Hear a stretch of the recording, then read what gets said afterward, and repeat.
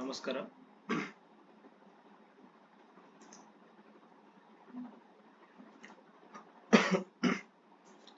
IT project IT modernisation 1.0 ಏನೈತಲ್ಲ ಅದ್ರ ಬಗ್ಗೆ ಈಗ ಮಾತಾಡೋಣ. ಎಲ್ಲರಿಗೂ ವಾಯ್ಸ್ ಕ್ಲಿಯರ್ ಇದೆಯಲ್ಲ?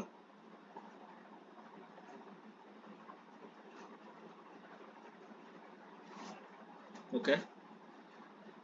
ಐಟಿ ಮಾಡರ್ನೈಸೇಷನ್ ಏನಕ್ಕೆ ಬಂತು ಅಂತನ್ನೋದಕ್ಕೆ ಆಕ್ಚುಲಿ ಏನು ಅಂತಂದ್ರೆ ನಮ್ಮ ಡಿಪಾರ್ಟ್ಮೆಂಟ್ ಅಲ್ಲಿ ಕೆಲವೊಂದು ಟೆಕ್ನಿಕಲಿ ನಾವು ಮುಂದುವರಿಬೇಕಾಗಿತ್ತು. ಸೊ ಹಂಗಾಗಿ ಡಿಪಾರ್ಟ್ಮೆಂಟ್ ಅನ್ನ ಸ್ವಲ್ಪ ಏನಂತಂದ್ರೆ ಆಗಾಗ ನಮ್ಮ ದೇಶ ಏನಾಗ್ತಾ ಇತ್ತು, ಇನ್ಫಾರ್ಮೇಶನ್ ಟೆಕ್ನಾಲಜಿ ಒಳಗಡೆ ಸ್ವಲ್ಪ ಅಡ್ವಾನ್ಸ್ಮೆಂಟ್ ಕಾಣ್ತಾ ಇತ್ತಲ್ಲ. ಸೊ ನಮ್ಮ ಒಂದು ಡಿಪಾರ್ಟ್ಮೆಂಟ್ ಕೂಡ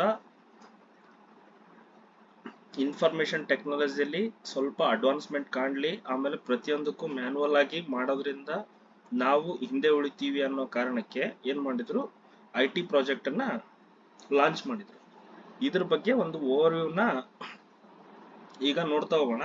ಬಹಳ ಸಣ್ಣ ಕ್ಲಾಸು, ತುಂಬಾ ಹೊತ್ತಾಗಂಗಿಲ್ಲ, ಒಂದು ಹಾಫ್ ಆನ್ ಅವರ್ ಅಲ್ಲೇನೋ ಮುಗಿಬಹುದು. ಅಷ್ಟಲ್ಲೇ ಮುಗಿಸಿ ಸ್ವಲ್ಪ ಏನಾದ್ರೂ ಇತ್ತಂದ್ರೆ ಡಿಸ್ಕಷನ್ ಮಾಡೋಣಂತೆ. ಈ ಪ್ರಾಜೆಕ್ಟ್ ಇಂದು ಓವರ್ವ್ಯೂ ಏನಂತಂದ್ರೆ, the cabinet committee on economic affairs approved IT modernisation project of department of post in November 2012 with A total ಔಟ್ಲೇ of 4,909 crore. ಇದನ್ನ ತುಂಬಾ ಸಲ ಎಕ್ಸಾಮ್ಸ್ ಅಲ್ಲಿ ಕೇಳಬಹುದು. ಸೊ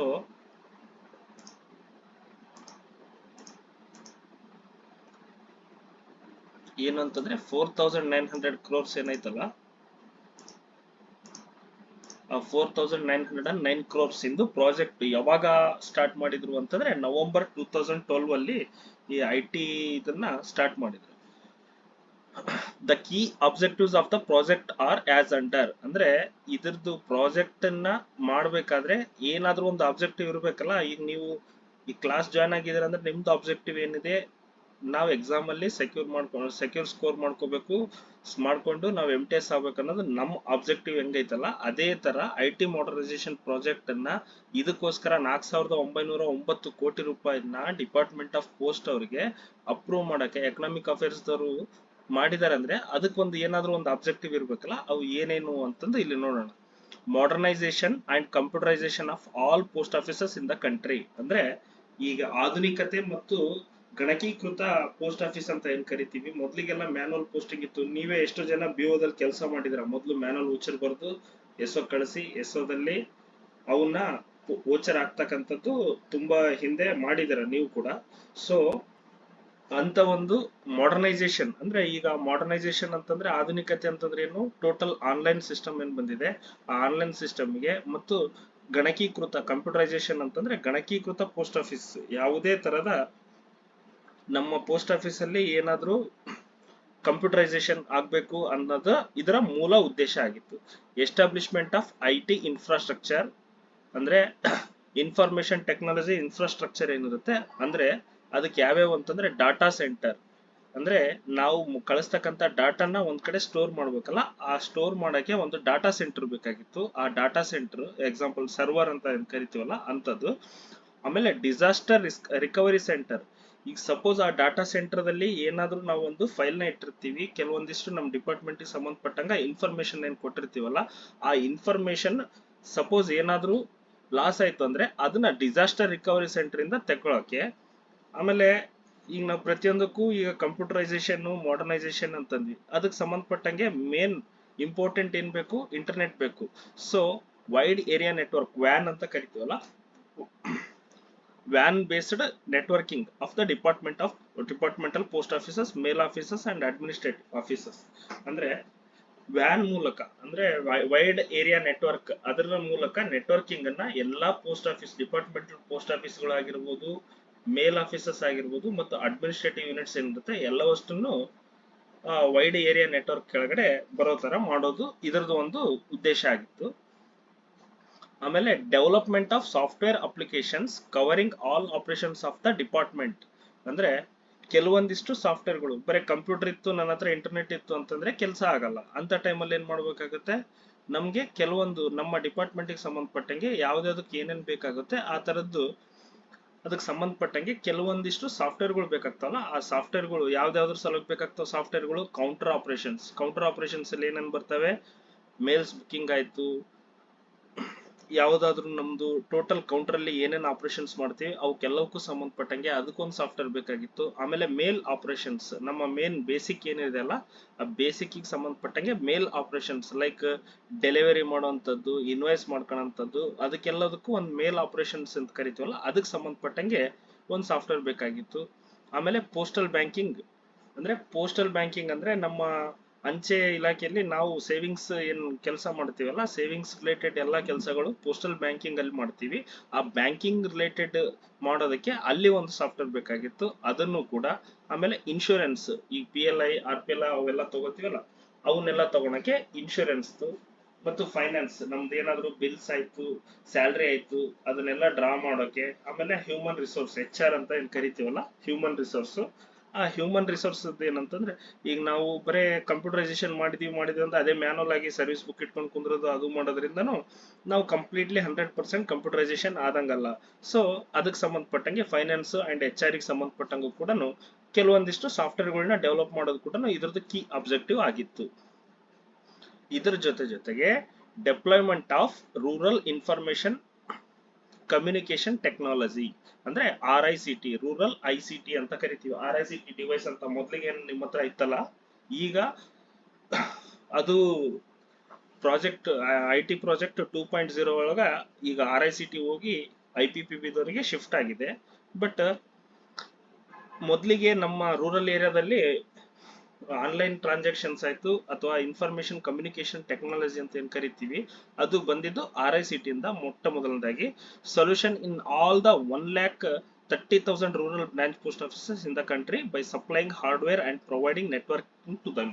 ಅಂದ್ರೆ RICT ಇಂದ 1,30,000ಕ್ಕೂ ಹೆಚ್ಚು ರೂರಲ್ ಬ್ರಾಂಚ್ ಪೋಸ್ಟ್ ಆಫೀಸ್ಗಳು ಏನಿದಾವ ಎಂಟೈರ್ ಕಂಟ್ರಿ ಒಳಗಡೆ, ಆ ಕಂಟ್ರಿ ಒಳಗಡೆ ಪ್ರತಿಯೊಂದು ಬ್ರಾಂಚ್ ಆಫೀಸಿಗೂ ಕೂಡ ಹಾರ್ಡ್ವೇರ್ ಅಂತಂದ್ರೆ ಡಿವೈಸ್ ಬಂತು, ಪ್ರಿಂಟರ್ ಬಂತು, ಚಾರ್ಜರ್ ಬಂತು, ಸೋಲಾರ್ ಪ್ಯಾನಲ್ಸ್ ಬಂತು, ಎಲ್ಲವಷ್ಟು ಇರ್ತಾವಲ್ಲ ಅವನ್ನೆಲ್ಲವಷ್ಟನ್ನು ಸಪ್ಲೈ ಮಾಡೋದು ಮತ್ತು ಅವುಗಳನ್ನ ಕನೆಕ್ಟ್ ಮಾಡಕ್ಕೆ ಏನ್ ಬೇಕು, ನೆಟ್ವರ್ಕ್ ಬೇಕಲ್ಲ, ನೆಟ್ವರ್ಕಿಂಗ್ ಕೂಡ ಇದರದ್ದು ಮೂಲ ಉದ್ದೇಶ ಆಗಿತ್ತು. ಸೊ ಈ ಎಲ್ಲಾ ಕಾರಣಗಳಿಂದಾಗಿ ಇಷ್ಟೆಲ್ಲ ಚಾಲೆಂಜಸ್ ಇದ್ವು. ನಾವು IT ಮಾಡರ್ನೈಸೇಷನ್ ಮಾಡಕ್ಕಿಂತ ಮುಂಚೆ ಇವೆಲ್ಲವಷ್ಟು ನಮ್ಮ ಡಿಪಾರ್ಟ್ಮೆಂಟ್ಗೆ ಇರ್ತಕ್ಕಂಥ ಕೆಲವೊಂದಿಷ್ಟು ಚಾಲೆಂಜಸ್ ಆಗಿದ್ದು.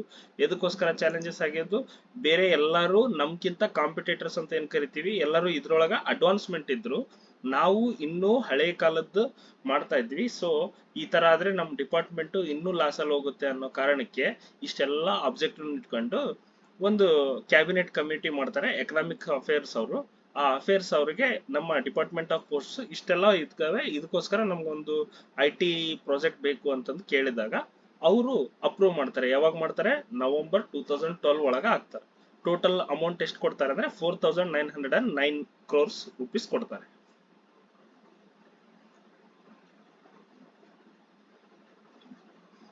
ಸೊ ಇಷ್ಟೆಲ್ಲ ಅಬ್ಜೆಕ್ಟಿವ್ ಇದ್ದಾದ ನಂತರ ಏನಾಗುತ್ತೆ, ಈ ಡಿಪಾರ್ಟ್ಮೆಂಟ್ ಆಫ್ ಪೋಸ್ಟ್ಗೆ ಈ 4 ಅಬ್ಜೆಕ್ಟಿವ್ ಇಟ್ಕೊಂಡು ಅವ್ರು ಕೊಟ್ಟಾದ್ಮೇಲೆ the entire project is being implemented by department through 8 different segments. ಅಂದ್ರೆ ಇದನ್ನ ಕೊಟ್ಟಾದ ನಂತರ ಇಂಪ್ಲಿಮೆಂಟೇಶನ್ ಏನ್ ಮಾಡ್ತೀವಲ್ಲ, ಇಂಪ್ಲಿಮೆಂಟೇಶನ್ ಮಾಡಿದ ನಂತರ 8 ಡಿಫರೆಂಟ್ ಸೆಗ್ಮೆಂಟ್ ಒಳಗಡೆ ಇದನ್ನ ಇಂಪ್ಲಿಮೆಂಟೇಶನ್ ಮಾಡ್ಬೇಕಾಗಿತ್ತು. ನಾವು ಯಾವ್ದಕ್ಕೆ ಸಂಬಂಧಪಟ್ಟಂಗೆ ಏನೇನ್ ಮಾಡ್ಬೇಕು ಏನೇನಿಲ್ಲ ಅಂತ ಮಾಡೋಕ್ಕಾಗಿ 8 ಭಾಗಗಳಾಗಿ ವಿಂಗಡಣೆ ಮಾಡ್ಕೋತಾರೆ. ಇದನ್ನ ಡಿಪಾರ್ಟ್ಮೆಂಟ್ ಆಫ್ ಪೋಸ್ಟ್ ಅಲ್ಲಿ ಈಗ ಈ IT ಪ್ರಾಜೆಕ್ಟ್ 1.0 ಕೊಟ್ಟಿದ್ದಾರೆ. ಆ ಕೊಟ್ಟಿರುವಂತದ್ರಲ್ಲಿ ಏನೇನ್ ಬೇಕು ಏನೇನಿಲ್ಲ ಅನ್ನೋದಕ್ಕೆ 8 ತರ ಸೆಗ್ಮೆಂಟ್ಗಳು ಮಾಡ್ಕೋತಾರೆ. ಸೆಗ್ಮೆಂಟ್ ಅಂದ್ರೆ ಭಾಗಗಳನ್ನಾಗಿ ಮಾಡ್ಕೋತಾ ಹೋಗ್ತಾರೆ. ಅದರಲ್ಲಿ ಮೊದಲನೇ ಸೆಗ್ಮೆಂಟ್ ಅಲ್ಲಿ ಏನ್ ಬರುತ್ತೆ ಅಂದ್ರೆ ಚೇಂಜ್ ಮ್ಯಾನೇಜ್ಮೆಂಟ್ ಅಂತ ಬರುತ್ತೆ, CM ಅಂತ ಕರಿತೀವಿ. ಚೇಂಜ್ ಮ್ಯಾನೇಜ್ಮೆಂಟ್ ಇದರಲ್ಲಿ ಏನು ಅಂತಂದ್ರೆ preparing the work force for the complete change in departments working after implementation of IT project. ಅಂದ್ರೆ ಚೇಂಜ್ ಮ್ಯಾನೇಜ್ಮೆಂಟ್ ಅಲ್ಲಿ ಏನಾಗುತ್ತೆ ಅಂತಂದ್ರೆ, ಮ್ಯಾನೇಜ್ಮೆಂಟ್ ನ ಚೇಂಜ್ ಮಾಡೋದಂತಂದ್ರೆ ನಮ್ಮ ಮನಸ್ಥಿತಿಗಳು ಏನಿರ್ತಾವಲ್ಲ, ಈ ಕಂಪ್ಯೂಟರ್ ಬಂದ ತಕ್ಷಣನೇ ಈಗ ನೀವು ಎಲ್ಲ ವೆಲ್ ಟ್ರೈನ್ಡ್ ಇದೀರಿ, ನಾಲೆಡ್ಜಬಲ್ ಇದೀರಿ, ನಿಮ್ಗೆ ಕಂಪ್ಯೂಟರ್ ನಾಲೆಡ್ಜ್ ಬೇಸಿಕ್ ರಿಕ್ವೈರ್ಮೆಂಟ್ ಇಟ್ಕೊಂಡು ಈಗ BPM ಆಗಿ ರಿಕ್ರೂಟ್ ಮಾಡ್ಬೇಕಾದ್ರೆ ತಗೋತಾರೆ. ಬಟ್ ನಿಮ್ಗಿಂತ ಹಿಂದೆ ಒಂದು 10-15 ಒಂದು 5-10 ವರ್ಷ 2012ಕ್ಕಿಂತ ಇಂಚೆ ರಿಟೈರ್ಡ್ ಆದಂತವ್ರು ಕೆಲವು ಜನ BPMs ಅವ್ರು ನೋಡ್ರಿ, ಅವ್ರಿಗೆ 7ನೇ ಕ್ಲಾಸು 8ನೇ ಕ್ಲಾಸು ಪಾಸ್ ಆಗಿರೋಂಥವ್ರು, ಅವ್ರಿಗೆ ಕಂಪ್ಯೂಟರ್ ನಾಲೆಡ್ಜ್ ಇರಂಗಿಲ್ಲ. ಆಮೇಲೆ ಡಿವೈಸ್ ಅಲ್ಲಿ ಹೆಂಗ ಮೊಬೈಲೇ ಆಪರೇಟ್ ಮಾಡಕ್ ಬರಲ್ಲ ಅಂತವ್ರ ಕೈಯಲ್ಲಿ ಡಿವೈಸ್ ಕೊಟ್ಟು ಕೆಲಸ ಮಾಡ್ರಿ ಅಂದ್ರೆ ಮಾಡಕ್ಕಾಗಲ್ಲ. ಸೊ ಅಂತ ಟೈಮಲ್ಲಿ ಏನ್ ಮಾಡ್ತಾರೆ, ಇವರಿಗೆ ಫಸ್ಟ್ ಟ್ರೈನಿಂಗ್ ಕೊಡ್ಬೇಕು. ಏನು ವರ್ಕ್ ಫೋರ್ಸ್ ಏನಿರುತ್ತೆ ನಮ್ಮ ಹತ್ರ ಇರ್ತಕ್ಕಂಥ ವರ್ಕ್ ಫೋರ್ಸ್ ಎಲ್ಲ BPMs ಆಗಿರ್ಲಿ ಅಥವಾ ನಮ್ಮ ಡಿಪಾರ್ಟ್ಮೆಂಟ್ ಸಂಬಂಧಪಟ್ಟಂಗೆ ಬೇರೆ ಬೇರೆ ತರದ್ದು ಕೆಲಸಗಳನ್ನ ಮಾಡ್ತಾ ಇರ್ತಾರಲ್ಲ, ನಮ್ಮ ಡಿಪಾರ್ಟ್ಮೆಂಟ್ ಎಂಪ್ಲಾಯ್ಸ್ ಆಗಿರ್ಲಿ, ಸೀನಿಯರ್ ಮೋಸ್ಟ್ ಈಗ ರಿಟೈರ್ಡ್ ಆಗಿ ಬಂದಿರೋ ನೀವು ನೋಡ್ತಾ ಇರ್ತೀರ ಎಲ್ಲಾದ್ರೂ ಸೀನಿಯರ್ ಮೋಸ್ಟ್ ಇರ್ತಾರೆ, ಇಲ್ಲಪ್ಪ ನನ್ ಕಂಪ್ಯೂಟರ್ ಬರಂಗಿಲ್ಲ ನೀವೇ ಮಾಡ್ಕೊಂತ ಹೋಗ್ರಿ ನೀವೇ ಮಾಡ್ಕೊಳ್ರಿ ಅಂತಂದು ಹೇಳಿರ್ತಾರೆ. ಅನುಭವನೂ ಆಗಿರುತ್ತೆ, ಎಕ್ಸ್ಪೀರಿಯನ್ಸ್ ಮಾಡಿರ್ತೀರಾ. ಸೊ ಅವ್ರಿಗೆಲ್ಲರಿಗೂ ಈಗ ಸ್ವಲ್ಪ ನಾಲೆಡ್ಜ್ ಇದ್ದಾಗ ಇಷ್ಟೊಂದು ಭಯ ಪಡ್ತಾರೆ. ಮೊದ್ಲಿಗೆ ವಿತೌಟ್ ನಾಲೆಡ್ಜ್ ನಿಮ್ ಎದುರಿಗೆ ಒಂದು ಸಿಸ್ಟಮ್ ತಂದು ಕೊಟ್ಟು ಇದನ್ನೆಲ್ಲ ಮಾಡ್ಲೇಬೇಕು ಅಂತಂದು ಕೊಟ್ರೆ ಏನಾಗುತ್ತೆ, ಅವರು totally work force completely flop ಆಗುತ್ತೆ. ಸೊ ಅದರದ ಮೂಲ ಉದ್ದೇಶ ಏನಾಗಿತ್ತು, ನಮ್ದು IT ಮಾಡರ್ನೈಸೇಷನ್ ಮಾಡಬೇಕು ಅಂತಂದ್ರೆ ಎಲ್ಲ ಅವ್ರು ಮೆಂಟಲಿ ಒಂದು ಪ್ರಿಪೇರ್ ಮಾಡಬೇಕಾಗಿತ್ತು ಮತ್ತೆ ಟ್ರೈನ್ ಅಪ್ ಮಾಡಬೇಕಾಗಿತ್ತು. ಸೊ ಆ ಟ್ರೈನ್ ಅಪ್ ಮಾಡೋಕ್ಕೋಸ್ಕರ ಈ ಚೇಂಜ್ ಮ್ಯಾನೇಜ್ಮೆಂಟ್ ಅನ್ನೋದನ್ನ ಒಂದು ಸೆಟಪ್ ಮಾಡಿದ್ರು. ಇದನ್ನ ವೆಂಡರ್ ಯಾರಿಗೆ ಕೊಟ್ರು ಅಂತಂದ್ರೆ TCS ಅಂತ ಬರುತ್ತೆ. TCS ಕಂಪ್ನಿಗೆ ಇದ್ರದ್ದು ವೆಂಡರ್ ಕೊಟ್ರು. ಚೇಂಜ್ ಮ್ಯಾನೇಜ್ಮೆಂಟ್ ಗೋಸ್ಕರ ನೀವು ಇಷ್ಟೆಲ್ಲ ಟ್ರೈನಿಂಗ್ ಕೊಡ್ಬೇಕು, ವರ್ಕ್ ಪ್ಲೇಸ್ ಅಲ್ಲಿ ಇದೆಲ್ಲ ಮಾಡ್ಬೇಕು ಅನ್ನೋದಕ್ಕ ಅವರು TCS ಗೆ ಒಂದು ಏನು ಟೆಂಡರ್ ಕೊಟ್ರು. ಟೆಂಡರ್ ಕೊಟ್ಟು ಅವ್ರಿಗೆ ಇಂತಿಷ್ಟು ಅಮೌಂಟ್ ಅಂತಂದು ಫಿಕ್ಸ್ ಮಾಡಿದ್ರು. ಅವ್ರದ್ದು ಏನ್ ಕೆಲಸ ಅಂತಂದ್ರೆ ಕೆಪಾಸಿಟಿ ಬಿಲ್ಡಿಂಗ್, ಅಂದ್ರೆ ನಾನು ಈ ಕೆಲಸ ಮಾಡ್ಬೇಕು, ನನ್ಗೆ ಈ ಕೆಲಸ ಮಾಡಕ್ ಸಾಮರ್ಥ್ಯ ಇದೆ ಅನ್ನೋದನ್ನ ಕೆಪಾಸಿಟಿನ ಯಾರ ಹತ್ರ ಬಿಲ್ಡ್ ಮಾಡ್ಬೇಕು, ವರ್ಕ್ ಫೋರ್ಸ್ ಹತ್ರ.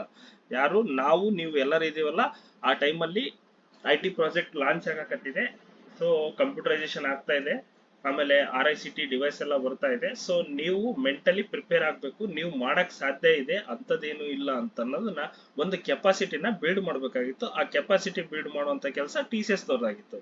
ಆಮೇಲೆ training of all employees, both GDS and departmental employees. ಅಂದ್ರೆ GDS ಮತ್ತು ಡಿಪಾರ್ಟ್ಮೆಂಟಲ್ ಎಂಪ್ಲಾಯೀಸ್ ಏನಿರ್ತಾರಲ್ಲ, ಆ GDS ಡಿಪಾರ್ಟ್ಮೆಂಟಲ್ ಎಂಪ್ಲಾಯೀಸ್ ಎಲ್ಲರಿಗೂ ಟ್ರೈನಿಂಗ್ ಕೊಡಬೇಕು.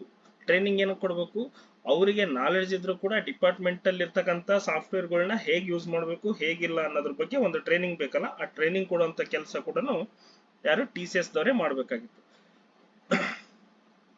ಆಮೇಲೆ training is given in the work place computer training centres. ಅಂದ್ರೆ ಈ ಟ್ರೈನಿಂಗ್ ಸುಮ್ಮನೆ ಬಾಯಿಂದ ಹೇಳಿದ್ರಷ್ಟೇ ಗೊತ್ತಾಗಲ್ಲ, ಅವ್ರ ಕೈಯಲ್ಲಿ ಕಂಪ್ಯೂಟರ್ ವರ್ಕ್ ಪ್ಲೇಸಸ್ ಏನಿರ್ತವೆ ಆ ಕಂಪ್ಯೂಟರ್ ವರ್ಕ್ ಪ್ಲೇಸಸ್ ಅಲ್ಲಿ ಹೋಗಿ ಅವರಿಗೆ ಒಂಥರ touch and feel practical training type ಕೊಡೋದು ಕೂಡ ಅವ್ರದ್ದು ಒಂದು ಪ್ರಾಜೆಕ್ಟ್ ಆಗಿತ್ತು.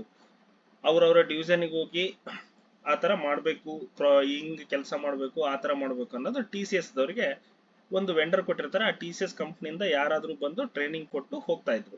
ಆ ತರ ಟ್ರೈನಿಂಗ್ ಕೊಟ್ಟು ಹೋದ ನಂತರ ಇದನ್ನ ಇಂಪ್ಲಿಮೆಂಟೇಷನ್ ಸ್ಟಾರ್ಟ್ ಯಾವಾಗ ಮಾಡಿದ್ರು ಅಂದ್ರೆ 15/10/2012 ನವೆಂಬರ್ದಲ್ಲಿ ಲಾಂಚ್ ಆಯ್ತು.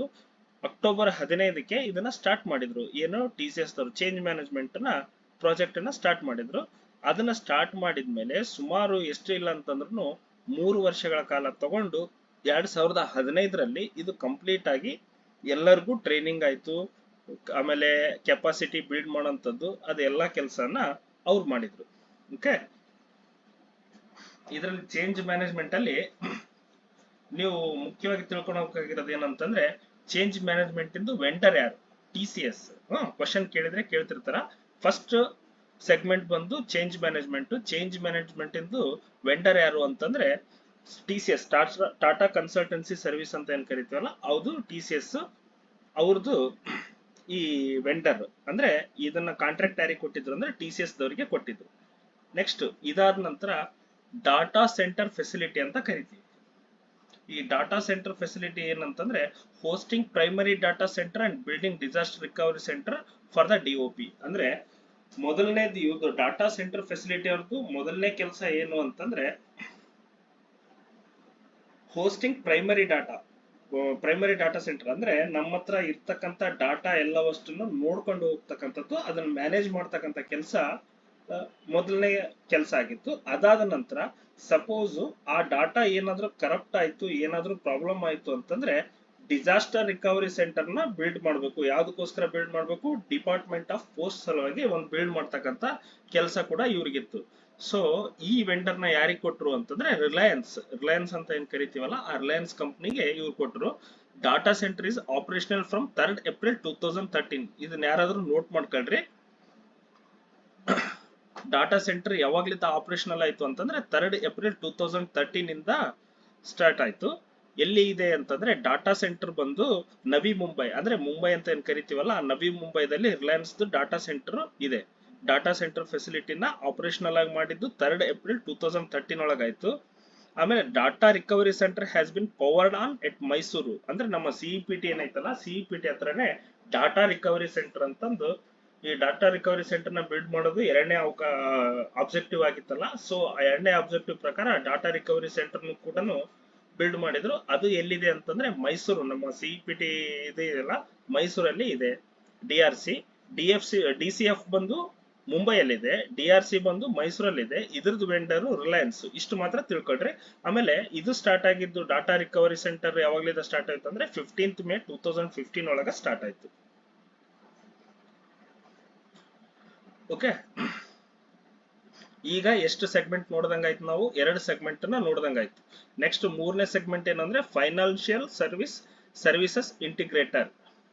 ಅಂದ್ರೆ ಈಗ ಫಸ್ಟ್ ಬೇಸಿಕ್ ಏನಿತ್ತು, ಜನರಿಗೆ ನಾವು ನಾಲೆಡ್ಜ್ ಕೊಡ್ಬೇಕಾಗಿತ್ತು. ಜನರಿಗೆ ಇನ್ ದ ಸೆನ್ಸ್ ನಮ್ಮ ಡಿಪಾರ್ಟ್ಮೆಂಟ್ ಎಂಪ್ಲಾಯೀಸ್ಗೆ ಯಾರು ವರ್ಕ್ ಫೋರ್ಸ್ ಇದೀವಿ ನಮ್ಗೆಲ್ಲ ಅಷ್ಟು ಕೆಪಾಸಿಟಿ ಬಿಲ್ಡ್ ಮಾಡಿ ಆ ಸಾಫ್ಟ್ವೇರ್ಗಳ ಬಗ್ಗೆ ನಾಲೆಡ್ಜ್ ಕೊಡೋದು, ಆಮೇಲೆ ಮೆಂಟಲಿ ಅವ್ರನ್ನ ಪ್ರಿಪೇರ್ ಮಾಡಿ ಇಡತಕ್ಕಂಥದ್ದು ಫಸ್ಟ್ ಸೆಗ್ಮೆಂಟ್ ಆಯ್ತು. ಆ ಸೆಗ್ಮೆಂಟ್ ರೆಡಿ ಆದ ತಕ್ಷಣನೇ ನೆಕ್ಸ್ಟ್ ಏನಿತ್ತು, ಓಕೆ ಇದೆಲ್ಲ ರೆಡಿ ಆಯ್ತು, ಇವರೆಲ್ಲ ಎಂಪ್ಲಾಯೀಸ್ ರೆಡಿ ಆದ್ರು. ಎಂಪ್ಲಾಯೀಸ್ ರೆಡಿ ಆದ್ಮೇಲೆ ನಮ್ದು ನೆಕ್ಸ್ಟ್ ಕೆಲಸ ಏನು? ಆನ್ಲೈನ್ ಮಾಡ್ತೀವಿ. ಆನ್ಲೈನ್ ಯಾವ್ದ್ರಿಂದ ಮಾಡ್ತೀರಾ? ಫಸ್ಟ್ ನಮ್ದು ಡಾಟಾ ಸ್ಟೋರ್ ಮಾಡಕ್ಕೆ ಒಂದು ಸರ್ವರ್ ಬೇಕಲ್ಲ, ಆ ಸರ್ವರ್ ನ ರೆಡಿ ಮಾಡ್ತಕ್ಕಂಥ ಕೆಲಸ ರಿಲಯನ್ಸ್ ಗೆ ಕೊಟ್ರು. ಆ ರಿಲಯನ್ಸ್ ಸರ್ವರ್ನೆಲ್ಲ ಅಷ್ಟು ನೋಡಿದ್ಮೇಲೆ ಆ ಸರ್ವರ್ದೆಲ್ಲ ಸೆಟಪ್ ಆದ ನಂತರ ಫೈನಾನ್ಷಿಯಲ್ ಸಿಸ್ಟಮ್ ಇಂಟಿಗ್ರೇಟರ್ FSI ಅಂತ ಏನ್ ಕರಿತೀವಿ, ಆ ಫೈನಾನ್ಷಿಯಲ್ ಸಿಸ್ಟಮ್ ಇಂಟಿಗ್ರೇಟರ್ ನ ಇಂಪ್ಲಿಮೆಂಟೇಷನ್ ಯಾವಾಗ್ಲಿಂದ ಸ್ಟಾರ್ಟ್ ಮಾಡಿದ್ರು ಅಂದ್ರೆ 28/9/2012 ಇದಕ್ಕ ಇಂಪ್ಲಿಮೆಂಟೇಷನ್ ಯಾವ ತರ ಮಾಡ್ಬೇಕು ಏನಿಲ್ಲ ಅಂತಂದು ನೋಡೋಕೋಸ್ಕರ ಇದನ್ನ ಫೈನಾನ್ಷಿಯಲ್ ಸಿಸ್ಟಮ್ ಇಂಟಿಗ್ರೇಟರ್ ನ ಸ್ಟಾರ್ಟ್ ಮಾಡಿದ್ರು. ಇದ್ರದ್ದು ವೆಂಡರ್ ಬಂದು ಇನ್ಫೋಸಿಸ್.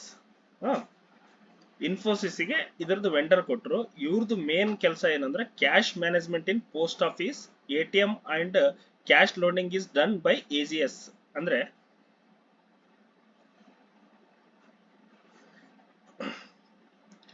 ಪೋಸ್ಟ್ ಆಫೀಸ್ ಕ್ಯಾಶ್ ಮ್ಯಾನೇಜ್ಮೆಂಟ್ಗಳು ಏನಿದಾವೆ ಅದನ್ನ ನೋಡ್ಕೊಳ್ಳುವಂತ ಕೆಲಸನೂ ಬಂದಿತ್ತು. ಮತ್ತೆ ಇದ್ರ ಜೊತೆಗೆ ATM ನಲ್ಲಿ ಕ್ಯಾಶ್ ನ ಲೋಡ್ ಮಾಡ್ತಕ್ಕಂಥದ್ದನ್ನ ಯಾರಿಗೆ ಕೊಟ್ರು ವೆಂಡರ್ ಅಂತಂದ್ರೆ AGS ಅಂತ ಬೇರೆ ವೆಂಡರ್ ಇದಾರೆ, ಅವ್ರಿಗೆ ಕೊಟ್ರು. ಆಮೇಲೆ toll free number is 180042524440 for ATM, debit card, mobile, internet banking, SMS banking, related grievance. Generally India post toll free number. ಅಂದ್ರೆ ಇಲ್ಲಿವರೆಗೂ ನಮ್ಮ ಹತ್ರ IVR ಅಂತಂದ್ರೆ ಮೊಬೈಲ್ ಇಂದ ಫೋನ್ ಮಾಡಿ ನಾವು ಏನಾದ್ರೂ ಫ್ರೀ ನಂಬರ್ ಇಂದ ಟೋಲ್ ಫ್ರೀ ನಂಬರ್ ಇಂದ ಏನಾದ್ರೂ ಕಂಪ್ಲೇಂಟ್ ಮಾಡಬೇಕು ಅಥವಾ ಎನ್ಕ್ವೈರಿ ಮಾಡ್ಬೇಕಂದ್ರೆ ಅಲ್ಲಿವರೆಗೂ ಏನಿರ್ಲಿಲ್ಲ. ATM ರಿಲೇಟೆಡ್ ಎನ್ಕ್ವೈರಿಗಳಿಗೆ 180042524440 ನ ಸ್ಟಾರ್ಟ್ ಮಾಡಿದ್ರು. ಇದ್ರ ಜೊತೆಗೆ ಜನರಲ್ ಇಂಡಿಯಾ ಪೋಸ್ಟ್ ಆಫೀಸ್ ಅಲ್ಲಿ ಏನಾದ್ರೂ ಟೋಲ್ ಫ್ರೀ ನಂಬರ್ ಇಂದ ಏನಾದ್ರೂ ಇನ್ಫಾರ್ಮೇಶನ್ ತಗೋಬೇಕು, ಸ್ಪೀಡ್ ಪೋಸ್ಟ್ ಡೀಟೇಲ್ಸ್ ತಗೋಬೇಕು ಅಂತಂದ್ರೆ 180026666868 ಗೆ ಅದನ್ನು ಕೂಡ ಒಂದು ಟೋಲ್ ಫ್ರೀ ನಂಬರ್ ನ ಸ್ಟಾರ್ಟ್ ಮಾಡಿದ್ರು. ಅಲ್ಲಿಂದ ATMs are made interoperable with banks with effective from 30/12/2016.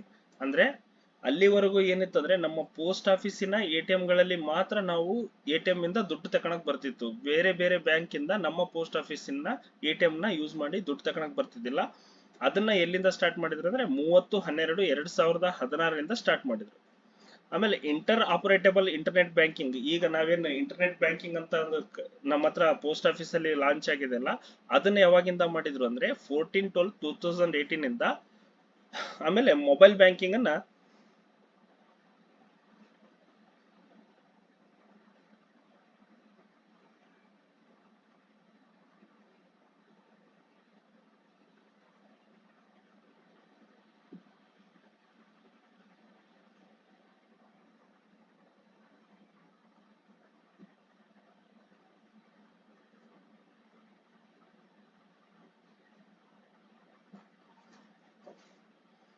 So record sorry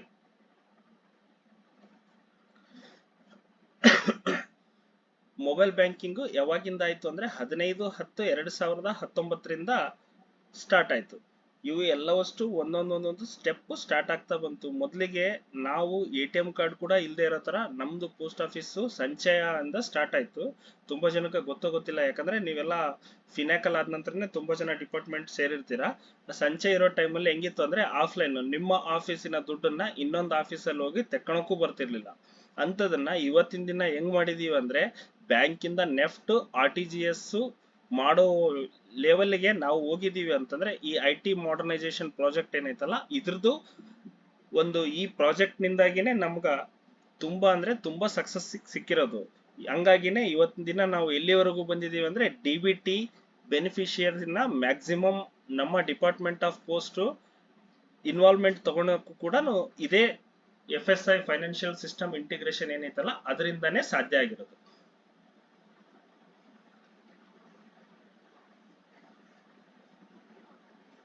okay, ಆಮೇಲೆ ಬ್ಯಾಂಕಿಂಗ್ ಸೊಲ್ಯೂಷನ್ 23,782 ಆಫೀಸು ಮತ್ತು 997 ATM ಸೆಂಟರ್ ನಲ್ಲಿ ಕೂಡ ಈಗ ಫಂಕ್ಷನಲ್ ಆಗಿ ಕೆಲಸ ಮಾಡ್ತಾ ಇದ್ದಾವೆ. ಅಂತಂದ್ರೆ ಯಾವ ಲೆವೆಲ್ಗೆ ನಾವು ಚೇಂಜ್ ಆಗಿದ್ದೀವಿ ಅಂತಂದು ನೋಡ್ಕೊಂಡ್ಬಿಡ್ರಿ. ಈಗ ಒಂದೇ ಒಂದು ಹೇಳ್ಬೇಕು ಅಂತಂದ್ರೆ SBI ದವ್ರದ್ದು ಇಷ್ಟೊಂದು 23,700, ಯಾಕಂದ್ರೆ ಇಂಡಿಯಾದಲ್ಲಿ ಲಾರ್ಜೆಸ್ಟ್ ಬ್ಯಾಂಕಿಂಗ್ ನೆಟ್ವರ್ಕ್ ಹೊಂದಿರುವಂತದ್ದು SBI ಕೂಡ 23,782 ಆಫೀಸಸ್ ಇಲ್ಲ. ಸೊ ಅಷ್ಟೊಂದು ದೊಡ್ಡ ನೆಟ್ವರ್ಕ್, ಅಷ್ಟು ದೊಡ್ಡ ನೆಟ್ವರ್ಕ್ ನಲ್ಲಿ 997 ATM ಗಳನ್ನ ಫಂಕ್ಷನಲ್ ಆಗಿ ಮಾಡೋದು, ಇಂಟರ್ನೆಟ್ ಬ್ಯಾಂಕಿಂಗು, ಬ್ಯಾಂಕಿಂಗು ಎಲ್ಲವಷ್ಟನ್ನು ಮಾಡ್ತಕ್ಕಂಥದ್ದು ಈ FSI ಉದ್ದೇಶ ಆಗಿತ್ತು. ಇವತ್ತಿನ ದಿನ ನಾವು ಅಚೀವ್ ಮಾಡಿದೀವಿ ಕೂಡ. ಓಕೆ,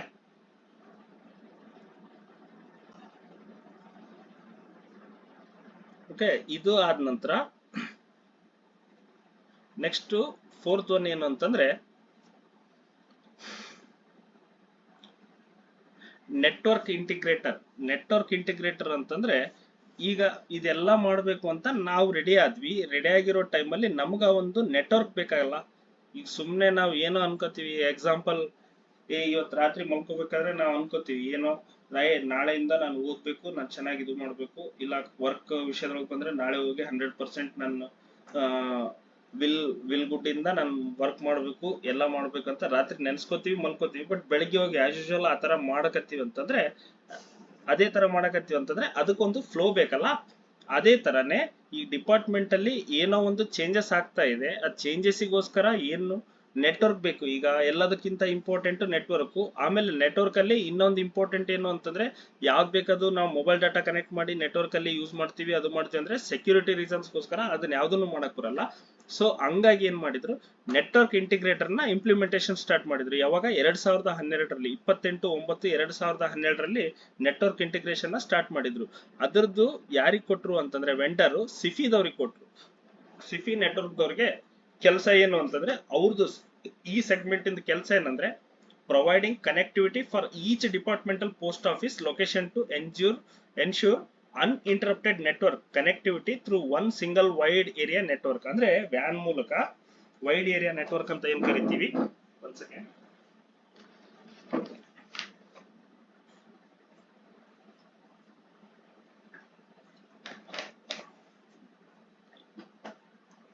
ಆ ವೈಡ್ ಏರಿಯಾ ನೆಟ್ವರ್ಕ್ ಮೂಲಕ ಪ್ರತಿಯೊಂದು ಡಿಪಾರ್ಟ್ಮೆಂಟಲ್ ಪೋಸ್ಟ್ ಆಫೀಸ್ ಅಂದ್ರೆ ಯಾವ್ಯಾವ ಪೋಸ್ಟ್ ಆಫೀಸ್ಗಳು SOಗಳು ಆಗಿರ್ಬೋದು, ಆಮೇಲೆ HOಗಳು ಆಗಿರ್ಬೋದು, ಅಡ್ಮಿನಿಸ್ಟ್ರೇಟಿವ್ ಆಫೀಸ್ ಆಗಿರ್ಬೋದು, ಪ್ರತಿಯೊಂದು ಆಫೀಸಿಗೆ ಏನಂತಂದ್ರೆ ಅನ್ಇಂಟರಪ್ಟೆಡ್ ನೆಟ್ವರ್ಕ್ ಕನೆಕ್ಟಿವಿಟಿ ಅಂದ್ರೆ ಯಾವುದೇ ತೊಂದರೆಗಳಾಗ್ತಾ ಇರೋ ತರ, ಯಾವುದೇ ಅಡಚಣೆಗಳು ಇಲ್ಲದೆ ಇರತಕ್ಕಂತ network ಕನೆಕ್ಟಿವಿಟಿನ ಕೊಡುವಂತದ್ದು.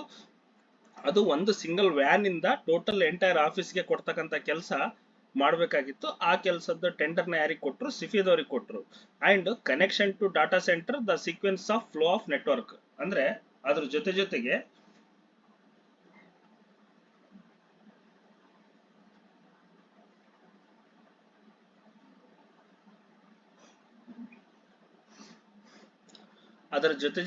Connection to data centre, ಆಮೇಲೆ ಡಾಟಾ ಸೆಂಟರ್ ದಿಂದ ನಮ್ಮ ಆಫೀಸಿಂದ ಡಾಟಾ ಸೆಂಟರ್ ಏನಿರುತ್ತಲ್ಲ ಅಲ್ಲಿಗೆ ನೆಟ್ವರ್ಕ್ ಫ್ಲೋ ಆಗುವಂತದ್ದು ಕೂಡ ಇದ್ರ ಕೆಲಸ ಆಗಿತ್ತು, ಸಿಫಿದವರೇ ಮಾಡ್ಬೇಕಾಗಿತ್ತು. ಇದ್ರದ್ದು ಕೆಲಸ ಮೇನ್ ಏನಂತಂದ್ರೆ ಎಕ್ಸ್ಚೇಂಜ್ ಆಫೀಸ್ ಇಂದ ಮೋಡಮ್ಗೆ ಬರಬೇಕು, ಮೋಡಮ್ ಇಂದ ರೂಟರ್ ಸ್ವಿಚ್ಗೆ, ಸ್ವಿಚ್ ಇಂದ ಪಿ ಸಿಗಳಿಗೆ ಬರಬೇಕು. ಅದೇ ರೀತಿಯಾಗಿ roots of HP make are used in DOP. ಅಂದ್ರೆ ರೂಟರ್ಸ್ ಗಳನ್ನ ಯಾವ ಕಂಪ್ನಿ ತಗೊಂಡಿದ್ರು ಅಂತಂದ್ರೆ HP ಕಂಪ್ನಿದು ತಗೊಂಡಿದ್ರು. ಆಮೇಲೆ ಜೂನಿಪರ್ ಸ್ವಿಚಸ್ ತಗೊಂಡಿದ್ರು, ಅದೇನ್ ಇಂಪಾರ್ಟೆಂಟ್ ಇಲ್ಲ ಅನ್ಕೊಂತೀನಿ. ಆಮೇಲೆ ಟೀಮ್ ಲಿಂಕ್ ಇಂದ ಮೋಡಮ್ಗಳನ್ನ ಪರ್ಚೇಸ್ ಮಾಡಿದ್ರು. ಯಾವ್ದಾದ್ರು ರೂಟರ್ ನ HP ಇಂದ ಪರ್ಚೇಸ್ ಮಾಡಿದ್ರು, ಜೂನಿಪರ್ ಇಂದ ಸ್ವಿಚಸ್ ನ ಪರ್ಚೇಸ್ ಮಾಡಿದ್ರು. ಅದೇ ರೀತಿಯಾಗಿ ಟೀಮ್ ಲಿಂಕ್ ಕಡೆಯಿಂದ ಇವನ್ನ ಏನು ಮೋಡಮ್ಸ್ ಗಳನ್ನ ತಗೊಂಡ್ರು. ಓಕೆ,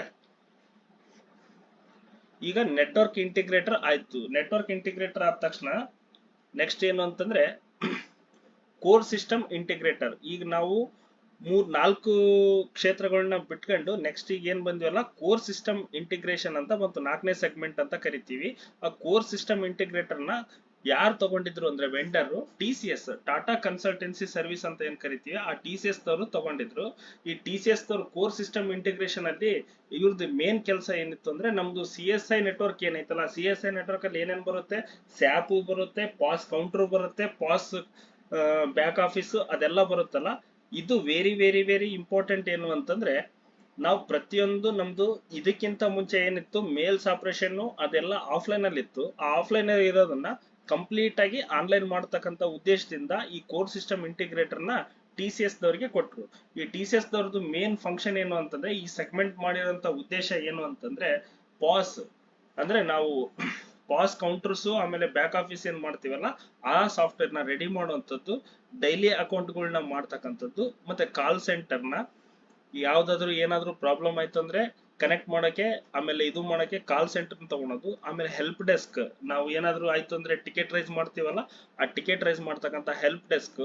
ಆಮೇಲೆ ಎಂಪ್ಲಾಯೀಸ್ ಪೋರ್ಟಲ್ಗೆ HR ಪೋರ್ಟಲ್, ಆಮೇಲೆ ಫೈನಾನ್ಷಿಯಲ್ ಅಂಡ್ ಅಕೌಂಟಿಂಗ್, ಅದ್ರ ಜೊತೆಗೆ ಮೇಲ್ಸ್ DPMS IPVS ಏನ್ ಕರಿತೀವಲ್ಲ ಅದನ್ನೆಲ್ಲ ಮಾಡೋದಕ್ಕೆ ಒಂದು ಸಾಫ್ಟ್ವೇರ್ ರೆಡಿ ಮಾಡ್ಕೊಡೋದು. ಆಮೇಲೆ ಲಾಜಿಸ್ಟಿಕ್ಸ್ ಗೋಸ್ಕರ ಒಂದು software, business process management and work flow. ಈಗ ಬಿಸ್ನೆಸ್ ಮಾಡ್ತಾ ಇದೀವಿ ಅಂದ್ರೆ ಅದೊಂದು ಪ್ರೋಸೆಸ್ ಮಾಡಕ್ಕೆ ಏನೇನ್ ಮ್ಯಾನೇಜ್ಮೆಂಟ್ ಇದೆ, ಅದಕ್ಕೆ ಏನ್ ವರ್ಕ್ ಫ್ಲೋ ಇದೆ. ಆಮೇಲೆ business intelligence, brain of the postal system which integrates all system integrators. In short ಅಂದ್ರೆ ಇವೆಲ್ಲವಷ್ಟನ್ನ ಕೂಡ್ಸೋದು ಅಂತಂದ್ರೆ ಏನರ್ಥ, ಇದು ಕಂಪ್ಲೀಟ್ ಆಗಿ ನಮ್ದು ನೆಟ್ವರ್ಕ್ ಇಂದ ಇಂಟಿಗ್ರೇಟರ್ ಏನಿತ್ತು ಟೋಟಲ್ ಆಗಿ ಅದನ್ನೆಲ್ಲದಕ್ಕೂ ಇದನ್ನ ಎಲ್ಲಾನು ಕೂಡಿಸ್ಕೊಂಡು ಒಂದು ಫೈನಲ್ ಆಗಿ ಲಿಸ್ಟ್ ಬರಬೇಕು, ಒಂದು ಫೈನಲ್ ಆಗಿ ಒಂದು ಸ್ಟ್ರಕ್ಚರ್ ಬರ್ಬೇಕಂದ್ರೆ ಕೋರ್ ಸಿಸ್ಟಮ್ ಇಂಟಿಗ್ರೇಷನ್ ಈ IT ಪ್ರಾಜೆಕ್ಟ್ ಅಲ್ಲಿ ಮೇನ್ ಏನಂತಂದ್ರೆ ಬ್ರೈನ್ ತರ ಕೆಲಸ ಮಾಡ್ತಾ ಇತ್ತು. ಆಮೇಲೆ ಪ್ರತಿಯೊಂದು ಈ ಬೆಳೆದಿರ್ತಕ್ಕಂಥ ಎಲ್ಲಾ ಸೆಗ್ಮೆಂಟ್ಗಳನ್ನ ಒಂದಕ್ಕೊಂದು ಕನೆಕ್ಟಿವಿಟಿ ಮಾಡ್ಕೊಂಡು ಒಂದು ಫೈನಲ್ ಸ್ಟ್ರಕ್ಚರ್ ತರುವಂತ ಕೆಲಸ ಯಾರ್ದಾಗಿತ್ತು, ಈ ಕೋರ್ ಸಿಸ್ಟಮ್ ಇಂಟಿಗ್ರೇಟರ್ದು ವೆರಿ ವೆರಿ ವೆರಿ ಇಂಪಾರ್ಟೆಂಟ್ ಕೆಲಸ ಆಗಿತ್ತು. ಸೊ ಇದನ್ನ ಸಕ್ಸಸ್ಫುಲ್ ಆಗಿ ಟಾಟಾ ಕನ್ಸಲ್ಟೆನ್ಸಿ ಅವರು ಮಾಡಿದ್ದಾರೆ. ಮಾಡೋದ್ರ ಜೊತೆಗೆ ಇದನ್ನ ಬೇರೆ ಈಗ ಸದ್ಯಕ್ಕೆ ಅಂತಂದ್ರೆ ಇದರಲ್ಲಿ ಒಂದೇ ಒಂದು ಉಳ್ಕೊಂಡಿತ್ತು, ಏನು ಅಂತಂದ್ರೆ ನಮ್ದು PLI ಇಂಟಿಗ್ರೇಷನ್ ಆಗಿರ್ಲಿಲ್ಲ, PLI GL ಇಂಟಿಗ್ರೇಷನ್ ಆಗಿರ್ಲಿಲ್ಲ. ಮೊನ್ನೆ ರೀಸೆಂಟ್ಲಿ ಅದನ್ನ ಕೂಡ PLI ಇಂಟಿಗ್ರೇಷನ್ ಕೂಡ ಸಕ್ಸಸ್ಫುಲ್ ಆಗಿ ಮಾಡಿದ್ದಾರೆ. ಇದಾದ ನಂತರ ನೆಕ್ಸ್ಟ್ ರೂರಲ್ ಹಾರ್ಡ್ವೇರ್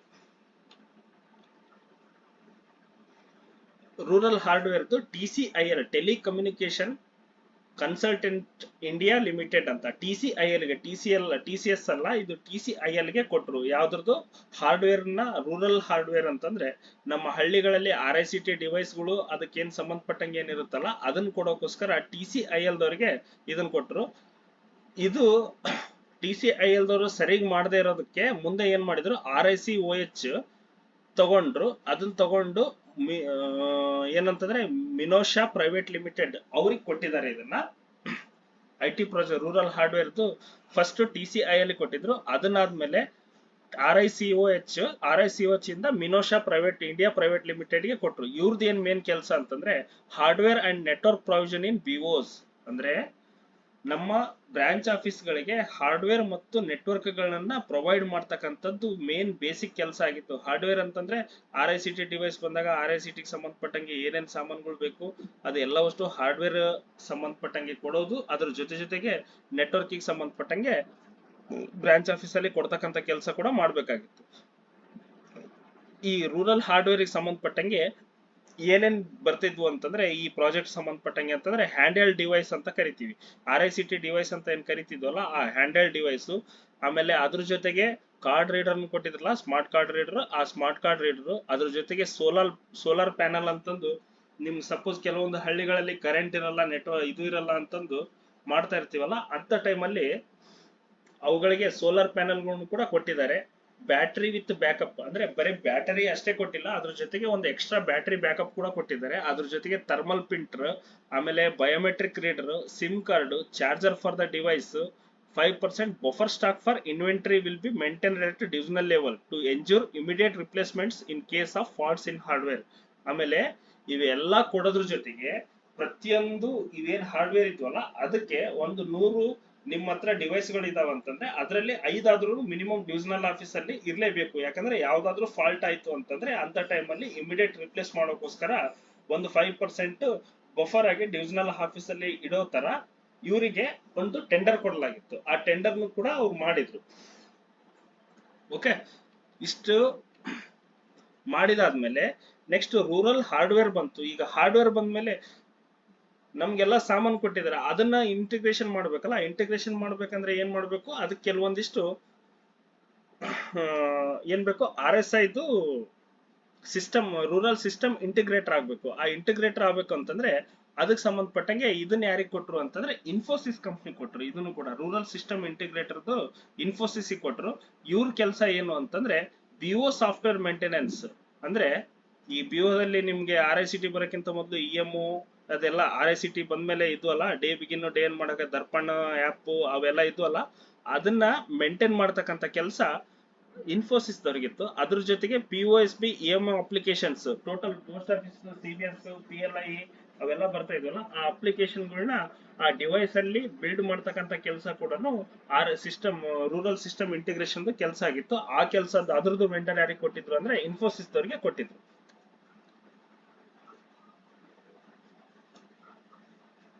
ಓಕೆ, ಇಲ್ಲಿ ಕೆಲವೊಂದಿಷ್ಟು ಏನ್ ಕೊಟ್ಟಿದ್ದಾರೆ ಅಂದ್ರೆ FSI ಬಂದು CBS TCS ದವರಿಗೆ ಗೊತ್ತೆ. FSI CIS ಅಂತಂದ್ರೆ CBSE ಸಂಬಂಧಪಟ್ಟಂಗೆ TCS ಗೆ, CIS ಅಂದ್ರೆ ಕೋರ್ ಇನ್ಶೂರೆನ್ಸ್ ಸಿಸ್ಟಮ್ ಏನೈತಲ್ಲ FSI ಇದು ಇನ್ಫೋಸಿಸ್ ತಗೊಂಡಿದ್ದಾರೆ. ಅದ್ರ ಜೊತೆಗೆ Infosys McCamish network integrator Sify technology, CSI ಬಂದು TCS. ಓಕೆ, ಇದಾದ ನಂತರ ಮೇಲ್ ಆಪರೇಷನ್ಸ್ ಗೆ DGS ಅಂಡ್ D ಅನ್ನೋರಿಗೆ ವೆಂಡರ್ ಕೊಟ್ಟರು.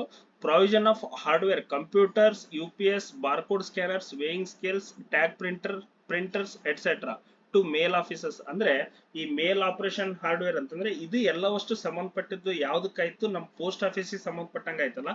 ಈ ಬರೇ ಪೋಸ್ಟ್ ಆಫೀಸ್ ಅಷ್ಟೇ ಮಾಡರ್ನೈಸೇಷನ್ ಆಯ್ತು, ಕಂಪ್ಯೂಟರೈಸೇಷನ್ ಆಯ್ತು ಅಂತಂದ್ರೆ ಈಗ ಮೇಲ್ ಆಫೀಸ್ಗಳಿಗೂ ಇದಕ್ಕೆ ತಕ್ಕಂಗೆನೆ ಅವ್ರಿಗೂ ಕೂಡ ಕೆಲವೊಂದಿಷ್ಟು ಬೇಕಲ್ಲ. ಆ ತಕ್ಕಂಗೆ ಬೇಕಾಗಿದ್ದಕ್ಕಾಗಿ ಅವ್ರಿಗೇನು ಅಂತಂದ್ರೆ ಕೆಲವೊಂದಿಷ್ಟು ಹಾರ್ಡ್ವೇರ್ ಪ್ರಾವಿಷನ್ಸ್ ಏನಂದ್ರೆ ಕಂಪ್ಯೂಟರ್ ಕೊಡೋದು, UPS ಬಾರ್ಕೋಡ್ ಸ್ಕ್ಯಾನರ್ಗಳು ಕೊಡೋದು, ವೇಯಿಂಗ್ ಸ್ಕೇಲ್ಗಳನ್ನ ಕೊಡೋದು, ಟ್ಯಾಗ್ ಪ್ರಿಂಟರ್ಸ್ ಅನ್ನು ಕೊಡೋದು, ಆ ಕೆಲಸನೂ ಮಾಡಿದ್ರು. ಅದ್ರ ಜೊತೆಗೆ ಹ್ಯಾಂಡೆಲ್ಡ್ ಡಿವೈಸ್ ಅಂದ್ರೆ ಈಗ ನೀವು ಮೊಬೈಲ್ ಅಲ್ಲಿ ಯೂಸ್ ಮಾಡ್ತಾ ಇದ್ರಲ್ಲ, PMA ಯಾಕೆ ಯೂಸ್ ಮಾಡಿಲ್ಲ, ಅದು ಯೂಸ್ ಮಾಡಿಲ್ಲ ಅಂತ ತೋರಿಸ್ತಾ ಇದಾರಲ್ಲ, ಸ್ಮಾರ್ಟ್ ಫೋನ್ಗಳು ಕೊಟ್ಟಿದಾರಲ್ಲ, ಆ ಸ್ಮಾರ್ಟ್ ಫೋನ್ಗಳು ಕೊಡೋದು ಕೂಡ ಮೇಲ್ ಆಪರೇಷನ್ ಸಂಬಂಧಪಟ್ಟಂಗೆ MOH ಅಂತ ಏನ್ ಕರಿತೀವಿ ಅವರಿಗೆ ಕೊಟ್ಟಿದ್ರು. ಆ ಮೇಲ್ ಆಪರೇಷನ್ ಸಂಬಂಧಪಟ್ಟಂಗೆ ಅದನ್ನು ಕೂಡ ಈ ಮೇಲ್ ಆಪರೇಷನ್ 8th ಸೆಗ್ಮೆಂಟ್ ಅಲ್ಲಿನೇ ಬರ್ತಾ ಇತ್ತು. The IT modernization project implementation in Department of Posts is a pan-India project, and on completion of its implementation, the following are be the key benefits to the customer. ಅಂದ್ರೆ ಈಗ IT modernization ನಾವೇನ್ ಮಾಡಿದ್ವಲ್ಲ, ಈ IT modernization ಮಾಡಿದ್ರದ್ದು pan India project ಇದು. ಯಾವುದೋ ಒಂದು state ಅಲ್ಲಿ ಯಾವುದೋ ಒಂದು ಡಿವಿಷನ್ ಅಲ್ಲಿ ಮಾಡಿರೋಂಥದ್ದಲ್ಲ, ಎಂಟೈರ್ ಇಂಡಿಯಾದಲ್ಲೇ we are the very very very biggest network ಹೊಂದಿರತಕ್ಕಂತ ಒಂದು ಡಿಪಾರ್ಟ್ಮೆಂಟ್ ಆಫ್ ಪೋಸ್ಟ್. ಆ ಪೋಸ್ಟ್ ಅಲ್ಲಿ ಇಷ್ಟೊಂದು ದೊಡ್ಡ ಅಮೌಂಟ್ ಅಲ್ಲಿ ಇರ್ತಕ್ಕಂತ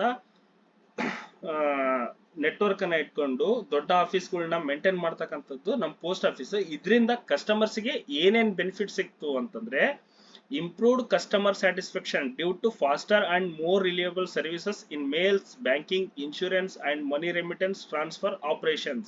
ಓಕೆ, ಅಂದ್ರೆ ಕಸ್ಟಮರ್ ಗೆ ಏನಾಯ್ತು, ಸ್ಯಾಟಿಸ್ಫ್ಯಾಕ್ಷನ್ ಆಗುತ್ತೆ. ಯಾವ್ದಕ್ಕೋಸ್ಕರ ಸ್ಯಾಟಿಸ್ಫ್ಯಾಕ್ಷನ್ ಆಗುತ್ತೆ, ಯಾರೇ ಆಗ್ಲಿ ಈಗ ನೀವೇ ಒಂದು ಬ್ಯಾಂಕಿಗೆ ಹೋಗಿರ್ತೀರಾ, ಬೆಳಿಗ್ಗೆ 9 ಗಂಟೆಗೆ ಹೋಗಿ ಮಧ್ಯಾಹ್ನ 2 ಗಂಟೆ ಆದ್ರೂ ಒಂದು ವಿಡ್ರಾಲ್ ತಗೊಂಡ್ ಬರಕ್ಕಾಗಿಲ್ಲ ಅಂತಂದ್ರೆ ನೀವು ಸ್ಯಾಟಿಸ್ಫೈ ಆಗ್ತೀರಾ, ಅಥವಾ ATM ನಾಗ ಹೋಗಿ ಕಾರ್ಡ್ ಸ್ವೈಪ್ ಮಾಡ್ಬಿಟ್ಟು ಪಟ್ ಅಂತ ದುಡ್ಡು ತಕೊಂಡ್ ಬಂದ್ರೆ ಸ್ಯಾಟಿಸ್ಫ್ಯಾಕ್ಷನ್ ಆಗ್ತೀರಾ.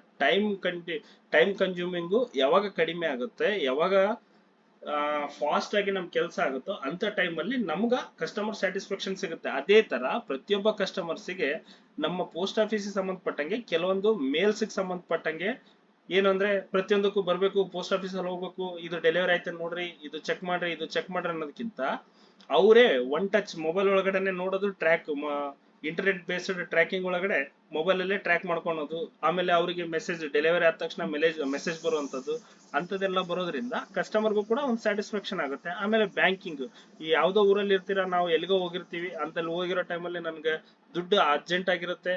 ಈಗೆಲ್ಲ ಫೋನ್ ಪೇ ಅದು ನಡೆದಿರೋ ಕಾಲದಲ್ಲಿ ನಮ್ಮ ಪೋಸ್ಟ್ ಆಫೀಸ್ ಇನ್ನು ಇಲ್ರಿ ನಿಮ್ಮ ಆಫೀಸ್ಗೆ ಹೋಗಿ ದುಡ್ಡು ತಕೋಬೇಕು, ಇಲ್ಲಿ ಕೊಡಕ್ ಬರಂಗಿಲ್ಲ ಅಂತಂದ್ರೆ ಅಂತ ಟೈಮಲ್ಲಿ ಏನಾಗುತ್ತೆ, ಕಸ್ಟಮರ್ ಡಿಸ್ಸ್ಯಾಟಿಸ್ಫ್ಯಾಕ್ಷನ್ ತೋರಿಸ್ತಾನೆ. ಸೊ ನಾವೀಗ ಇಂಟಿಗ್ರೇಷನ್ ಆಗೋದ್ರಿಂದ ಬ್ಯಾಂಕಿಂಗ್ ಕೂಡ ತುಂಬಾ ಚೆನ್ನಾಗಿ ನಡೆದಿದೆ, ತುಂಬಾ ಜನ ಕಸ್ಟಮರ್ಸ್ ಕೂಡ ಬರ್ತಾ ಇದಾರೆ. ಅದೇ ರೀತಿಯಾಗಿ ಇನ್ಶೂರೆನ್ಸ್ಗೆ ಮೊದಲಿಗೆ ಎಲ್ಲಿ ಇದು ಮಾಡಿರ್ತಿದ್ವಿ ಅದೇ ಆಫೀಸ್ಗೆ ಹೋಗ್ಬೇಕು, ತುಂಬಬೇಕು. ಈಗ ಆನ್ಲೈನ್ ದಲ್ಲಿ ಕೈಯೊಳಗೆ ಕುತ್ಕೊಂಡು ಎಲ್ಲ ಅಷ್ಟು ಮಾಡೋ ತರ ಆಗಿದೆ. ಸೊ ಇಷ್ಟೆಲ್ಲ ಡೆವಲಪ್ಮೆಂಟ್ ಯಾವ್ದಕ್ಕೋಸ್ಕರ ಮಾಡ್ಬೇಕು, ನಾವು ಕಸ್ಟಮರ್ ಸ್ಯಾಟಿಸ್ಫ್ಯಾಕ್ಷನ್ಗೋಸ್ಕರ ಮಾಡ್ಬೇಕು. ಸೊ ಈ ಕಸ್ಟಮರ್ ಸ್ಯಾಟಿಸ್ಫ್ಯಾಕ್ಷನ್ ಆದ್ರೆ ನಮ್ಗೆ ಡಿಪಾರ್ಟ್ಮೆಂಟ್ಗೆ ರೆವೆನ್ಯೂ ಬರುತ್ತೆ, ಆಮೇಲೆ ಕಸ್ಟಮರ್ಸ್ ಜಾಸ್ತಿ ಆಗ್ತಾರೆ ಅನ್ನೋದು. Transparency in financial services by introduction of core banking and course insurance solutions. ಅಂದ್ರೆ ಕೆಲವೊಂದಿಷ್ಟು ಟ್ರಾನ್ಸ್ಪರೆನ್ಸಿ ಸಿಕ್ತು ಅವರಿಗೆ, ಕಸ್ಟಮರ್ಗೆ ಇವ್ರು ಜಮಾ ಮಾಡಿದಾರ ಇಲ್ಲ, ಏನಾಯ್ತು ಏನಿಲ್ಲ ಅಂತ ಡೌಟ್ಫುಲ್ ಇಲ್ಲದೆ ಇರೋ ತರ ಅವರಿಗೆ ಕ್ಲಿಯರ್ ಆಗಿ ಮೆಸೇಜ್ ಹೋಗೋದು, ಮೆಸೇಜ್ ಬರೋದು. ಆಮೇಲೆ ಪ್ರತಿಯೊಂದು ಆನ್ಲೈನ್ ಆಗಿರೋದ್ರಿಂದ ಎಲ್ಲಾದ್ರೂ ಚೆಕ್ ಮಾಡ್ಕೊಳಕ್ಕೆ ಅವ್ರಿಗೆ ಅವಕಾಶ ಇರೋದ್ರಿಂದ ಇದೇನಾಯ್ತು, ಟ್ರಾನ್ಸ್ಪರೆನ್ಸಿ ಉಂಟಾಯ್ತು. ಯಾರಿಗೆ? ಸರ್ವಿಸಸ್ ಇಂದ ಕಸ್ಟಮರ್ಸ್ಗೂ ಮತ್ತು ಡಿಪಾರ್ಟ್ಮೆಂಟ್ಗೂ ಒಂದು ಟ್ರಾನ್ಸ್ಪರೆನ್ಸಿ ಕ್ರಿಯೇಟ್ ಆಯ್ತು. Multiple channels to access the customers through post office counters, internet, mobiles, call centres and ATM etcetera. ಅಂದ್ರೆ ಬೇರೆ ಬೇರೆ ಚಾನಲ್ಸ್ ಇಂದ ಪೋಸ್ಟ್ ಆಫೀಸ್ ಅನ್ನ ರೀಚ್ ಮಾಡೋಕೆ ಕಸ್ಟಮರ್ಗೆ ಒಂದು ಅನುಕೂಲ ಸಿಕ್ತು. Better financial inclusion for the common man in the rural and semi-urban locations through mobile remittance, mobile banking, mobile insurance, etc. ಅಂದ್ರೆ ಈ ಕೆಲವು ಜನ ಹಳ್ಳಿಯಲ್ಲಿ ಇರ್ತಾರೆ ಅಥವಾ ಸೆಮಿ ಅರ್ಬನ್ ಏರಿಯಾದಲ್ಲಿ ಇರ್ತಾರಲ್ಲ, ಅಂತವ್ರಿಗೆ ಪ್ರತಿದಿನ ಎಲ್ಲಿಗೋ ಪೋಸ್ಟ್ ಆಫೀಸ್ಗೆ ಹೋಗಿ ನಾವೇನೋ ಕಟ್ಬೇಕು ಮಾಡ್ಬೇಕು ಅಂತಂದ್ರೆ ಬೇರೆ ಒಂದು 10-15 ಕಿಲೋಮೀಟರ್ ದೂರ ಹೋಗ್ಬೇಕಾಗಿತ್ತು. ಅಂತದನ್ನ ಎಲ್ಲವಷ್ಟನ್ನು ನಿಂದ್ರಿಸ್ತಕ್ಕಂಥ ಕೆಲಸ ಅವರಿಗೆ ಮೊಬೈಲ್ ಟಿಪ್ ಅಲ್ಲೇ ಪ್ರತಿಯೊಂದು at the tip of hand ಅಂತ ಕರಿತೀವಲ್ಲ, ಆ ತರ ಮೊಬೈಲ್ ನಮ್ಮ ಬೆರಳ ತುದಿಯಲ್ಲೇ ಪ್ರತಿಯೊಂದು ಸರ್ವಿಸ್ ಸಿಗೋ ತರ ಆಯ್ತು. Effective and transparent delivery of the social security employment guarantee schemes of the government. ಆಮೇಲೆ ಇದರಿಂದ ಇನ್ನೊಂದೇನಾಯ್ತು ಅಂದ್ರೆ ಡೆಲಿವರಿ ಆಫ್ ಸೋಷಿಯಲ್ ಸೆಕ್ಯೂರಿಟಿ, ಅಂದ್ರೆ ನಮ್ಮ ಸಾಮಾಜಿಕ ಭದ್ರತಾ ಪೆನ್ಷನ್ಗಳಾಯ್ತು. ಆಮೇಲೆ ಯಾವ್ದಾದ್ರು ಎಂಪ್ಲಾಯ್ ಗ್ಯಾರಂಟಿ ಸ್ಕೀಮ್ಸ್ ಏನಿರ್ತಾವಲ್ಲ, ಕೆಲವೊಂದಿಷ್ಟು ಈಗೆಲ್ಲ ಬಂದಿದಾವಲ್ಲ ಗ್ಯಾರಂಟಿ ಸ್ಕೀಮ್ಸ್ ಅದು ಇದು ಅಂತ ಗವರ್ಮೆಂಟ್ ಕಡೆಯಿಂದ ಏನ್ ಕೊಟ್ಟಿರ್ತಾರೆ ಅಂತ ಕೆಲವೊಂದು ಸ್ಕೀಮ್ಗಳನ್ನ ಎಫೆಕ್ಟಿವ್ ಆಗಿ ಮತ್ತು ಟ್ರಾನ್ಸ್ಪರೆಂಟ್ ಆಗಿ ಡೆಲಿವರಿ ಮಾಡೋಕ್ಕೋಸ್ಕರನು ಇದು ಸ್ಯಾಟಿಸ್ಫೈ ಆಯ್ತು. ಇಲ್ಲ ಅಂತಂದ್ರೆ ನಾವು ಇವತ್ತಿನ ದಿನ ಈ DBT ಇಂದಾಗಿ PM ಕಿಸಾನ್ ಆಗಿರ್ಬೋದು, ಅಥವಾ ಇಲ್ಲಿ ಕರ್ನಾಟಕದಲ್ಲಿ ಇರ್ತಕ್ಕಂಥ ಗ್ಯಾರಂಟಿ ಯೋಜನೆಗಳಾಗಿರ್ಬೋದು, ಇಲ್ಲ ಸೋಷಿಯಲ್ ಸೆಕ್ಯೂರಿಟಿ ಪೆನ್ಷನ್ಸ್, ನಾವು ಇದೆಲ್ಲ ಮಾಡಿದ್ದಿಲ್ಲ ಅಂತಂದ್ರೆ ನಮ್ಮ ಡಿಪಾರ್ಟ್ಮೆಂಟ್ ಪೂರಾ ಕೆಳಗಡೆ ಬಿದ್ದು ಹೋಗ್ಬಿಡ್ತಾಯಿತ್ತು. ನಾವು ಇಷ್ಟೆಲ್ಲ ಅಡ್ವಾನ್ಸ್ಮೆಂಟ್ ಆಗಿದ್ದೀವಿ, ನಮ್ಮ ಹತ್ರ ಇಷ್ಟೆಲ್ಲ ಫೆಸಿಲಿಟಿ ಇದೆ ಅಂದದಕ್ಕೆ ಇವತ್ತಿನ ದಿನ ನಮ್ಮ ಕಸ್ಟಮರ್ಸ್ ನಮ್ಮ ಹತ್ರ ಇದ್ದಾರೆ. ಇಲ್ಲ ಅಂತಂದ್ರೆ ನಮ್ಮ ಕಸ್ಟಮರ್ಸ್ ಇರ್ತಿದ್ದಿಲ್ಲ, ಬೇರೆ ಬ್ಯಾಂಕ್ಗಳಿಗೆ ಯಾರು ಅಡ್ವಾನ್ಸ್ಮೆಂಟ್ ಇದ್ರೋ ಅವ್ರ ಹಿಂದೆ ಹೋಗ್ಬಿಡ್ತಾ ಇದ್ರು.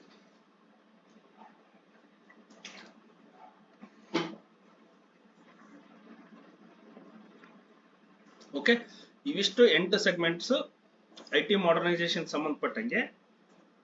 ಇದಾದ ನಂತರ ಇವಿಷ್ಟಕ್ಕೆ ಸಂಬಂಧಪಟ್ಟಂಗೆ ಕೆಲವೊಂದಿಷ್ಟು ಕೇಳುವಂತ ಚಾನ್ಸಸ್ ಇದಾವೆ. ಏನಂತಂದ್ರೆ ಅಬ್ರಿವೇಷನ್ಸ್ ಕೊಟ್ಟಿರ್ತಾರೆ, ಆ ಅಬ್ರಿವೇಷನ್ ಫುಲ್ ಫಾರ್ಮ್ ಏನು ಅಂತ. CBS ಅಂತಂದ್ರೆ ಕೋರ್ ಬ್ಯಾಂಕಿಂಗ್ ಸೊಲ್ಯೂಷನ್, CIS ಅಂದ್ರೆ ಕೋರ್ ಇನ್ಶೂರೆನ್ಸ್ ಸೊಲ್ಯೂಷನ್. ಇದು CBS ಬಂದು ನಮ್ ಫಿನಾಕಲ್ ಏನಿದೆ ಅಲ್ಲ ಅದನ್ನ CBS ಅಂತ ಕರಿತೀವಿ. ಮೆಕಾಮಿಶ್ ಏನೈತಲ್ಲ CIS ಅಂತ ಕರಿತೀವಿ, ಕೋರ್ ಇನ್ಶೂರೆನ್ಸ್ ಸೊಲ್ಯೂಷನ್. ಆಮೇಲೆ CPC, ನಮ್ದು CPCಗಳು ಏನಿರ್ತಾವಲ್ಲ ಸೆಂಟ್ರಲ್ ಪ್ರೊಸೆಸಿಂಗ್ ಸೆಂಟರ್ಸ್. SIF ಅಂದ್ರೆ ಕಸ್ಟಮರ್ ಇನ್ಫಾರ್ಮೇಶನ್ ಫೈಲ್. SIF ಯಾವ್ದ್ರಲ್ಲಿ ಬರುತ್ತೆ? ಫಿನಾಕಲ್ ಅಲ್ಲಿ ಬರುತ್ತೆ. ಆ SIF ಅಂದ್ರೆ ಏನಂದ್ರೆ ಕಸ್ಟಮರ್ ಇನ್ಫಾರ್ಮೇಶನ್ ಫೈಲ್. WAN ಅಂತಂದ್ರೆ ವೈಡ್ ಏರಿಯಾ ನೆಟ್ವರ್ಕ್. ECMS ಅಂದ್ರೆ ಎಂಟರ್ಪ್ರೈಸ್ ಕಂಟೆಂಟ್ ಮ್ಯಾನೇಜ್ಮೆಂಟ್ ಸಿಸ್ಟಮ್. ಅಂದ್ರೆ ನಾವು ಸ್ಯಾಪ್ ಅಲ್ಲಿ ಓಪನ್ ಮಾಡ್ಬೇಕಾದ್ರೆ ECMS ಅಂತ ಬರುತ್ತಲ್ಲ ಅದು, ಸಾರಿ ECMS ಬಂದು ಸ್ಯಾಪ್ ಅಲ್ಲಿ ಬರುತ್ತಾ ಇಲ್ಲ ಅಂತಂದ್ರೆ ಮೆಕಾಮಿಶ್ ಅಲ್ಲಿ ಬರ್ತಿರ್ಬೇಕು. Enterprise content management system. QDE ಅಂತಂದ್ರೆ ಕ್ವಿಕ್ ಡಾಟಾ ಎಂಟ್ರಿ. DCT ಅಂತಂದ್ರೆ ಡೈರೆಕ್ಟ್ ಕ್ಯಾಶ್ ಟ್ರಾನ್ಸ್ಫರ್. AEPS ಅಂದ್ರೆ Aadhaar enabled payment system. APBS ಅಂದ್ರೆ Aadhaar payment bridge system. CTR ಅಂತಂದ್ರೆ ಕ್ಯಾಶ್ ಟ್ರಾನ್ಸಾಕ್ಷನ್ ರಿಪೋರ್ಟ್. STR ಅಂತಂದ್ರೆ ಸಸ್ಪಿಷಿಯಸ್ ಟ್ರಾನ್ಸಾಕ್ಷನ್ ರಿಪೋರ್ಟ್. RICT ಇದನ್ನ ಕೇಳಿದ್ರೆ ಕೇಳ್ಬೋದು, ಬಟ್ ಈಗಂತೂ ಇದು ಹೋಗಿದೆ. ದರ್ಪಣ್ ಅಂತ ಇದೆಯಲ್ಲ, ದರ್ಪಣ್ ಕೇಳಿದ್ರೆ ಕೇಳ್ತಿರ್ತಾರೆ. Rural information and communication technology. ಆಮೇಲೆ DM ಅಂತಂದ್ರೆ ಡಾಟಾ ಮೈಗ್ರೇಷನ್. NBF ಅಂತಂದ್ರೆ ನ್ಯೂ ಬಿಸ್ನೆಸ್ ಫುಲ್ಫಿಲ್ಮೆಂಟ್.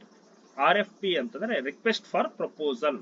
ದರ್ಪಣ್ ಅಂದ್ರೆ digital advancement of rural post offices for a new India.